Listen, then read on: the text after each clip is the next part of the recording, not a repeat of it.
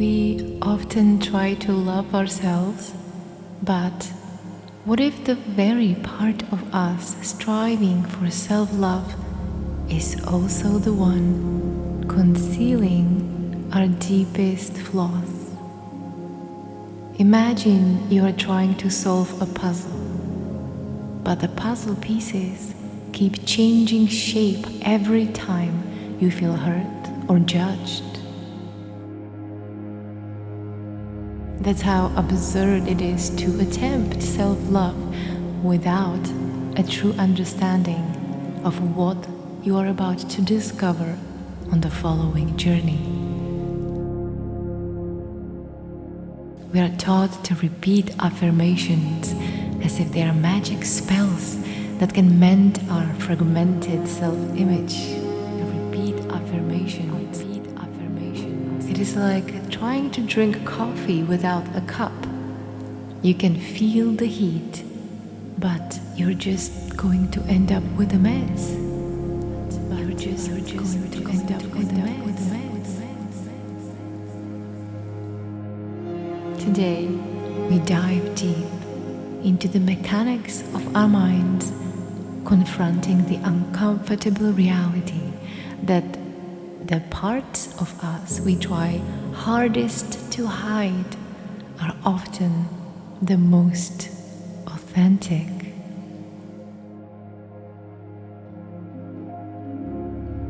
This exploration isn't just eye-opening, it's necessary for real healing. Get ready for a deep journey that's as provocative as it is enlightening. This isn't your usual guided meditation. It's a hard-hitting, unapologetic probe into what self-love truly demands. Expect to be challenged, and more importantly, expect to emerge transformed. This is your invitation to a deep shift in understanding, one that will not only change how you see yourself, but will also unlock a profound depth in your relationships with others. And before we dive in, I've added some new downloads exclusively for my patrons as a big thank you for your support and to ensure my videos keep coming and evolving. Find the link to my Patreon page in the description to connect with me and discover exclusive rewards that may make your days brighter than your screen at midnight.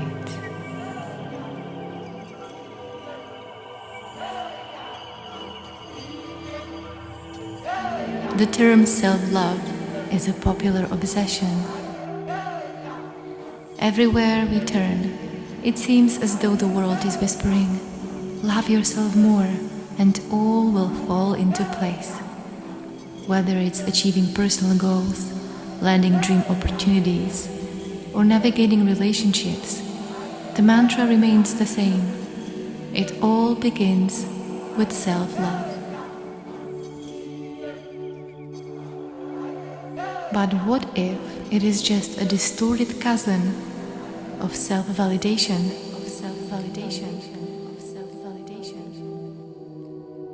Let's question the nature of self-love we are pursuing. Is it a genuine recognition of our inherent nature? Or is it a shadow, always just out of reach? This poses a profound question. Who feels the urge to self-love? Isn't it often the part of us that feels insufficient? The part that believes it's lacking? This drive for validation, for self-love, can become a beautifully packaged mirage.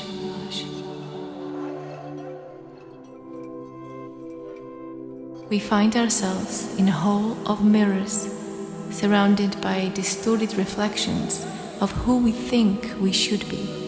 instead of realizing what we truly are.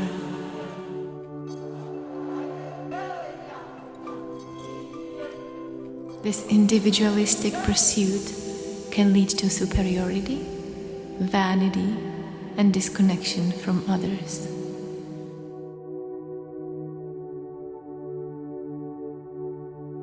Have you ever watched a cat chase its shadow? No matter how agile, how fast it moves, it never truly catches it. The elusive nature of the shadow can be linked to our society's pursuit of self-love. While the intention may be noble, the path has become, in many ways, a mirage, leading us away from genuine self-understanding.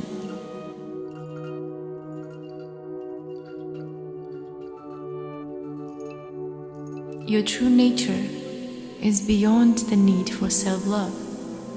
Why? Because at your core, you are love.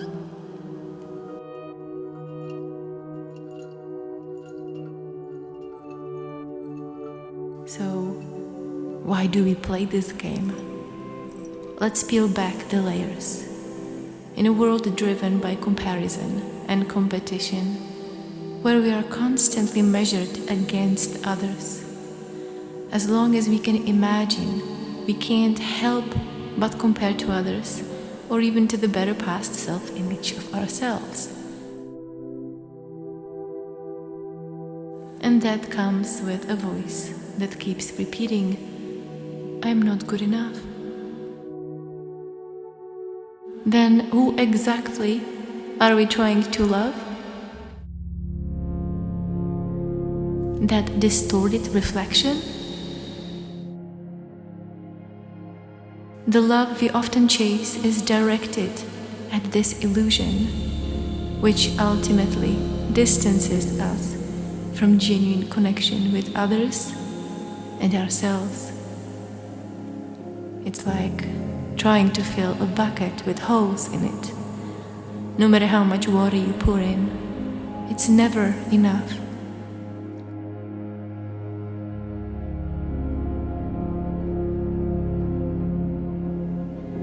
The question is how to unmask the ego. And it is very interesting because most of the time, when we are trying to unmask this ego, who is really doing this unmasking other than the ego itself? Or so it appears. And so today, let's dive beyond appearances, even though of course we're going to include them. And we'll explore this question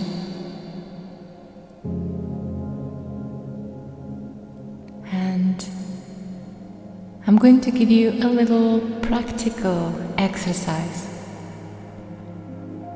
into the unmasking of the ego. You see, we can't unmask the ego by our effort, by trying to figure something out,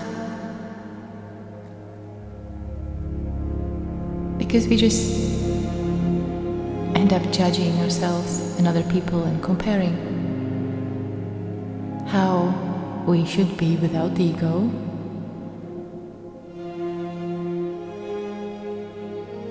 And it always leads to this spiritual competition. Who is more egoless than the other? And so we cannot really unmask the ego directly. We have to go the oblique way. And by the oblique way, I really don't mean beating around the bush. It's simply tricking these sneaky identities.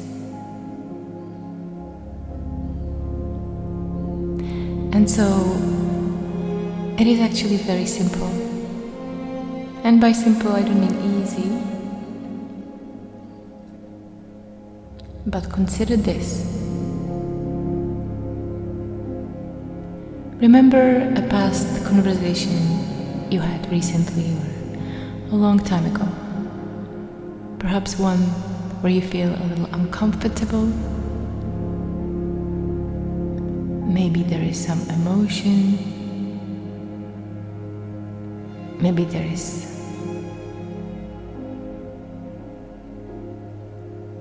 some resignation, discomfort. And so in that situation, I want you to simply ask yourself a very simple question. And that question is,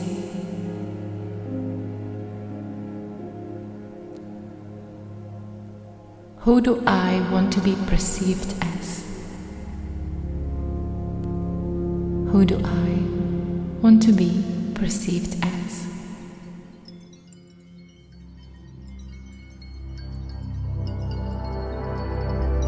And it's just really interesting to notice, because who do we wish to be perceived as?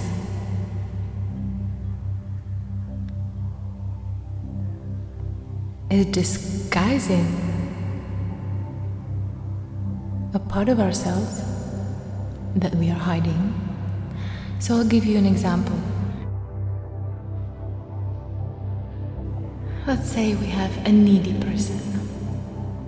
In reality, there is no such a thing as a needy person, because we each have different experiences. And if we have been deprived of something for a very long time, of course, we're gonna have a bigger need. But that's what I'm talking about today. Let's say we have a very clingy person or needy person. And so when this needy person recognizes their neediness and is ashamed of their neediness, and therefore it tries to hide it, they want to be perceived as something else. So they want to be perceived as someone who are very independent. And see, so-called needy people have a very hard time to ask for what they really need.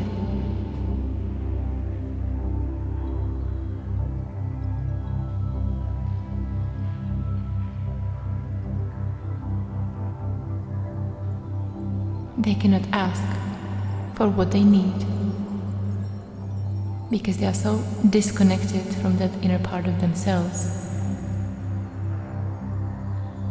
because they're putting so much effort into maintaining this outside identity,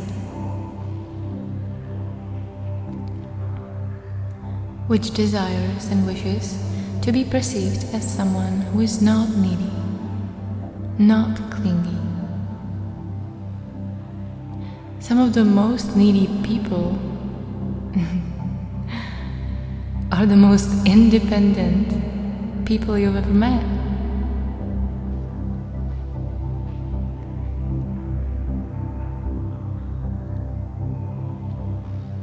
And so, let's go back to yourself. And it's good to come up with a specific situation. Maybe a memorable moment or conversation. And when you ask yourself, who am I trying to be perceived as? The answer may surprise you. And it's just interesting to notice. There is nothing wrong or right about it. And you start noticing that the way you act, the way you feel, the way you speak, and the way you think is all reflected by your inner hidden desire to be perceived in a very specific way.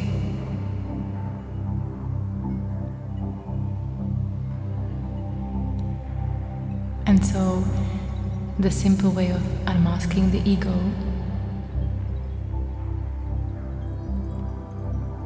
is to first really recognizing that identity.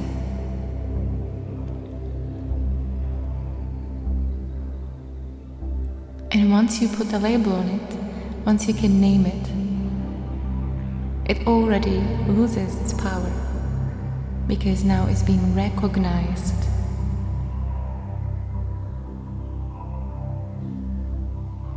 Because everything what we are ashamed of is what we're trying to hide from others, and we are also trying to hide it from ourselves.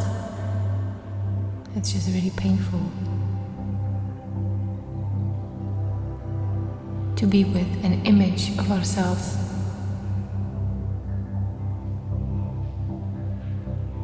that, when we compare it to somebody else, is inferior or lacking. And so let's say now you found this identity and you put a name on it. You put a name on it. Just see what is the opposite of that part of you. So, the example we had before, if I'm trying to appear very independent in a conversation, the opposite would be that neediness. And again, it's very interesting to notice. And what happens when you embrace that part that you've been hiding and unaware of. That part that seems to be in charge of how we speak and think and act, and also how we treat other people, and then how we treat ourselves in our minds, in private, when there is nobody to listen.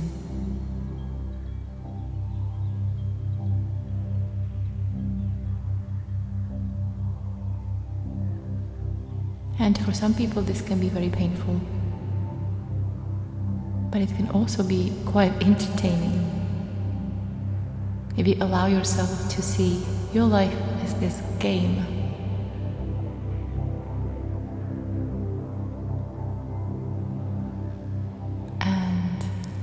Embracing, accepting, and really embodying and engaging with that part of you that you've been hiding. So in the case of a needy person, they would connect to that part and really look for what it is that they really need. And they might find it very difficult to even put those needs into words, because for so long they have been so disconnected from what they need. Maybe they were taking care of other people. They were working on being so independent, so they never ever have to feel this neediness. And so now you have a chance to fully engage with this part. Make it included in this wholeness that you are, and really asking for what it is that you need and want.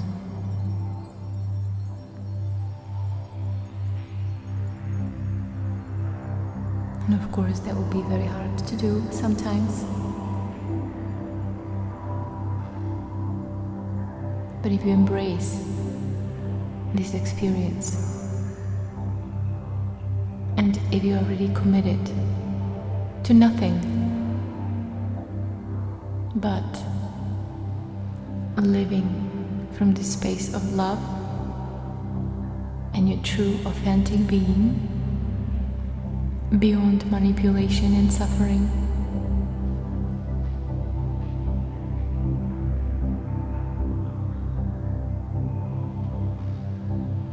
then it's very simple.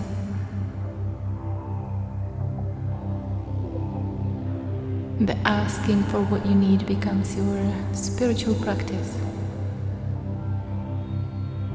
and it will give you way more freedom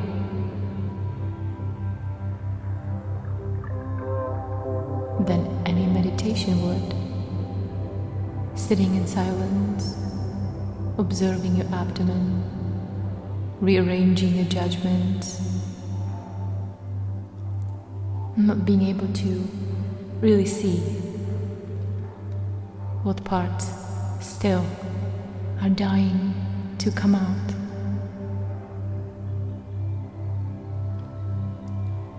And of course, meditation can be extremely useful.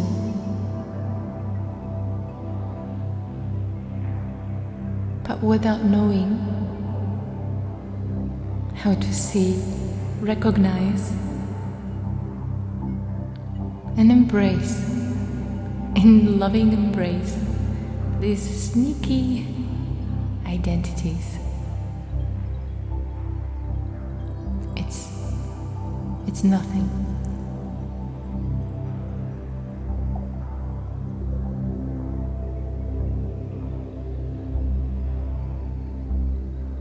To really be free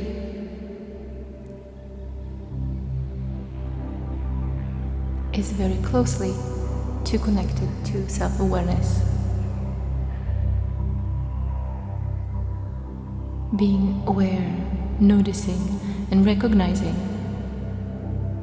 the games we play with ourselves and with others without any judgment or thinking it should be different. Just because we have already done so much work on ourselves, or just because we have already meditated for so many years.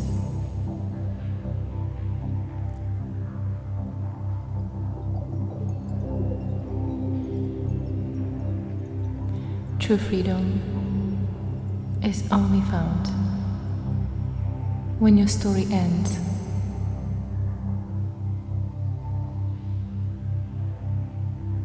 Because it is the end of the one who is trying to change themselves, others, and everything else. And this changing only happens in thoughts as judgments, comparisons,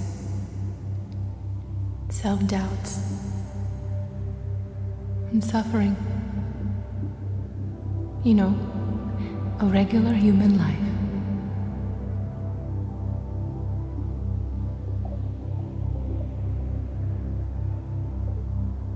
So let's embark on this journey together to unmask these sneaky identities. Because even if you experience a glimpse of love, or freedom, or compassion that simply wasn't available before, it's all deeply worth it. The whole journey was all deeply worth it. Because without that journey, that is only a story in your mind. The inner transformation wouldn't be possible. the feeling of joy, freedom, relief, love, strength.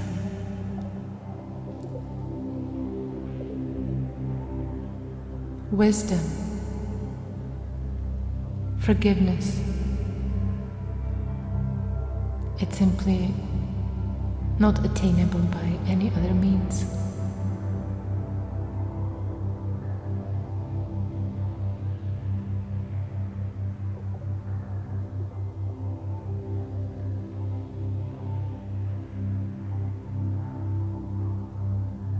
Eventually, the ego is not real. You will never find it in reality. It's a ghost that cannot be captured. It cannot be defeated. It cannot be killed. It cannot be get rid of. It cannot fall away simply because it's just an appearance. And so you are left with exactly as you are and exactly what you are. And this amazing, beautiful, intricate dance of life,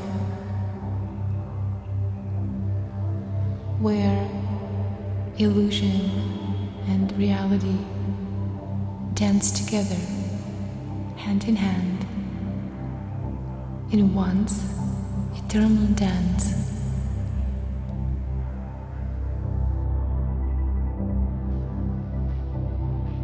The opposite of self-love isn't a lack of it. Instead, it's freedom. It's the liberation from the chains of judgment, comparing, and separation. Without the constant need to measure ourselves against others or past perceptions, what remains is pure and simple love.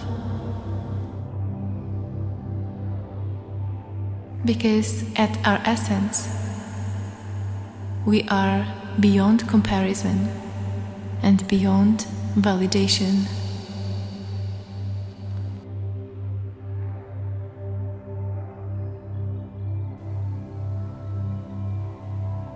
Realizing this brings you to a space where you not only appreciate all the great things in your life, but everything as a whole. Because nothing can be excluded. Nobody can be excluded. There is nowhere to go.